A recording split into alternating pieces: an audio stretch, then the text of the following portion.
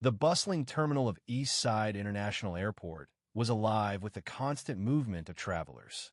The rhythmic sound of suitcases rolling on the floor blended with the soft murmur of voices and occasional overhead announcements, creating a symphony of activity. Business people in sharp suits rushed by, families maneuvered strollers through the crowd, and weary tourists clutched neck pillows, all moving with purpose in the midst of the busy scene. Among the chaos stood a woman who seemed completely unaffected by it all. Not because she was trying to stand out, quite the opposite, but because she moved with a calm that made her appear like someone who had a rightful place in the world. Dr. Alice Westbrook stood tall, her presence effortless but commanding. She wasn't in a hurry. There was no need. Her charcoal gray suit, tailored to perfection, looked as if it had been made just for her. The sharp lines were softened by the ease with which she wore it, and in her left hand she carried a pristine leather briefcase that had seen no wear, while a passport and boarding pass were tucked neatly in her right hand. There was no need to search for directions. She knew exactly where she was going.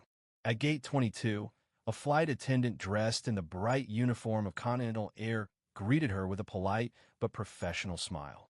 "Good evening, Dr. Westbrook," she said warmly. Alice returned the smile, her response polite yet distant. "Thank you." Stepping aboard the plane, Alice took in the familiar scent of first class, a blend of polished leather, subtle perfume, and an undeniable aura of privilege. First class wasn't just about the seat.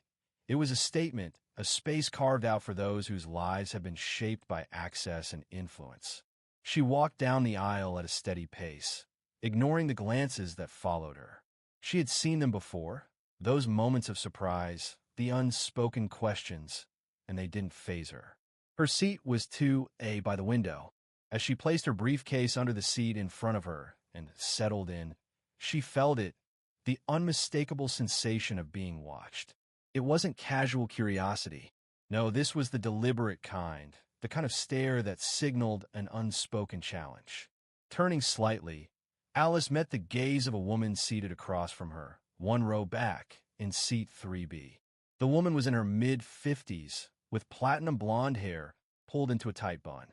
She wore a tailored beige suit, clearly high-end, paired with minimal jewelry that screamed old money. A delicate Cartier bracelet, understated pearl earrings, and a diamond wedding ring that sparkled in the cabin's lighting.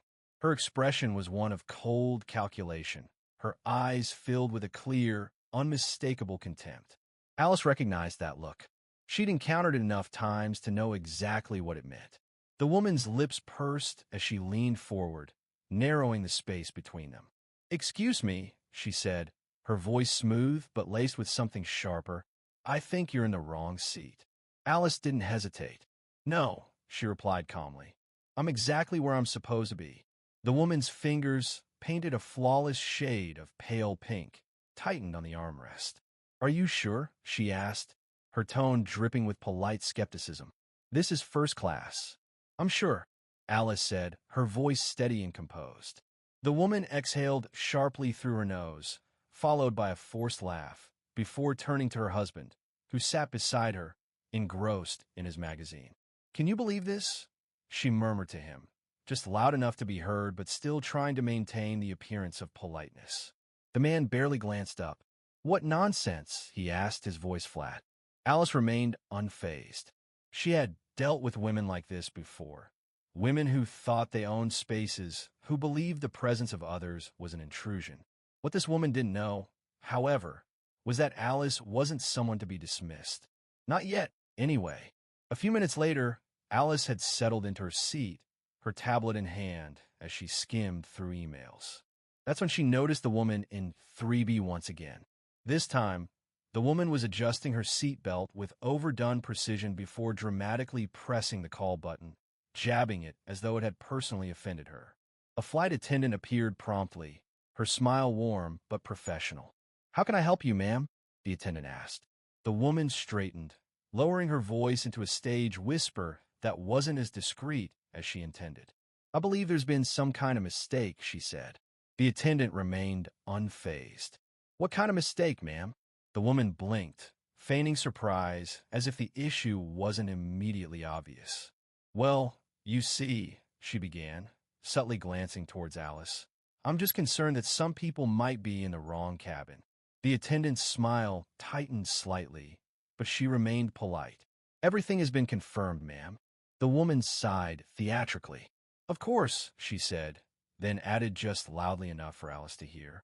I only hope there hasn't been any fraud. The word hung in the air, heavy with implication. Alice exhaled slowly, closing her tablet. She turned to the woman, her gaze cool and composed. Did you just accuse me of fraud? The woman recoiled slightly. Oh, I didn't mean anything. I was just asking questions. Before Alice could respond, the woman's husband spoke, his voice carrying the weight of years of practiced indifference. Elaine enough. But Elaine, the woman in 3B, was far from done. I have a right to know who I'm sitting next to, she said, her voice sharp, the thin veil of politeness starting to crack. Alice remained calm. And what is it you do, Elaine? Elaine's chin lifted in a way that betrayed her pride. My husband runs a major investment firm, she declared, and I do charity work for disadvantaged women. Alice nodded slowly, already anticipating the response. Yes, she replied softly, her words laced with irony. Before Elaine could say more, a flight attendant returned to Alice's row, speaking directly to her. Dr. Westbrook, she said, the captain would like to welcome you aboard personally. Elaine's brow furrowed in confusion. The captain. Alice smiled subtly. How kind, she said, rising from her seat. As she made her way down the aisle toward the cockpit, eyes followed her every step.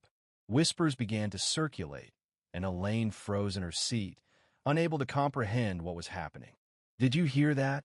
She hissed to her husband. The captain. Her husband didn't respond. The cockpit door opened, and the captain, tall and composed, stepped out, his uniform impeccable. He extended his hand with a smile. Madam President, he said, it's an honor to have you aboard. A stunned silence fell over the cabin as passengers exchanged glances. Elaine's face drained of color. President, Elaine whispered to no one in particular. Her husband sighed, muttering, she's not joking, Elaine. Cell phones emerged quickly, subtle photos and quiet videos being taken as the truth began to sink in. Elaine was the last one to realize who Alice Westbrook really was.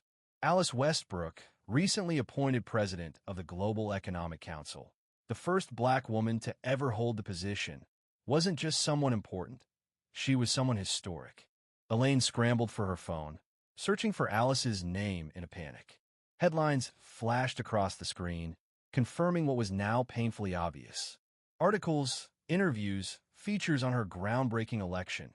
Everything was right there. The realization hit Elaine with the force of a thunderstorm. She hadn't buckled in for this flight. The remainder of the flight passed in silence for Elaine. She shrank further into her seat, and her husband said nothing. Alice, on the other hand, remained unbothered, calmly reviewing documents as though this was just another day in a life filled with far more significant moments. When the plane landed and passengers began to disembark, Elaine had one final chance to recover. As she passed Alice's seat, she glanced over, hoping for some acknowledgement, some sign that her humiliation would be eased. But Alice simply looked up, her gaze steady and composed. There was no smugness, no sense of victory, just the quiet certainty of someone who had seen it all before. Enjoy your flight, Alice said calmly. Elaine opened her mouth, but no words came out.